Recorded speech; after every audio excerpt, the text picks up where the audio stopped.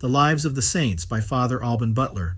November 29th, Saint Saturninus, Bishop of Toulouse, Martyr, AD 257. Saint Saturninus went from Rome by the direction of Pope Fabian about the year 245 to preach the faith in Gaul, where Saint Trophimus, the first bishop of Arles, had some time before gathered a plentiful harvest. In the year 250, when Decius and Gratus were consuls, Saint Saturninus fixed his episcopal see at Toulouse. Fortunatus tells us, one that he converted a great number of idolaters by his preaching and miracles. This is all the account we have of him till the time of his holy martyrdom. The author of his Acts, who wrote about 50 years after his death, relates that he assembled his flock in a small church, and that the Capitol, which was the chief temple in the city, lay in the way between that church and the saint's habitation. In this temple oracles were given, but the devils were struck dumb by the presence of the saint as he passed that way.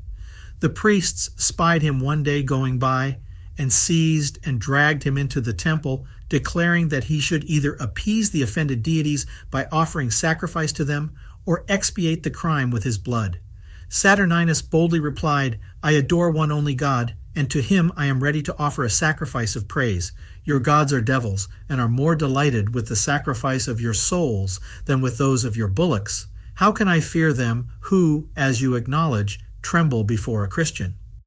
The infidels, incensed at this reply, abused the saint with all the rage that a mad zeal could inspire, and after a great variety of indignities, tied his feet to a wild bull, which was brought thither to be sacrificed. The beast, being driven from the temple, ran violently down the hill, so that the martyr's skull was broken, and his brains dashed out. His happy soul was released from the body by death, and fled to the kingdom of peace and glory, and the bull continued to drag the sacred body, and the limbs and blood were scattered on every side, till, the cord breaking, what remained of the trunk was left in the plain without the gates of the city. 2 devout women laid the sacred remains on a bier, and hid them in a deep ditch to secure them from any further insult, where they lay in a wooden coffin till the reign of Constantine the Great.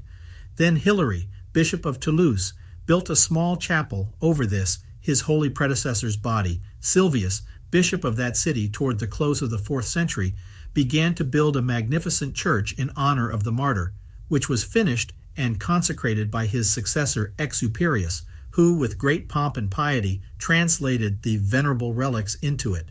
This precious treasure remains there to this day with due honor.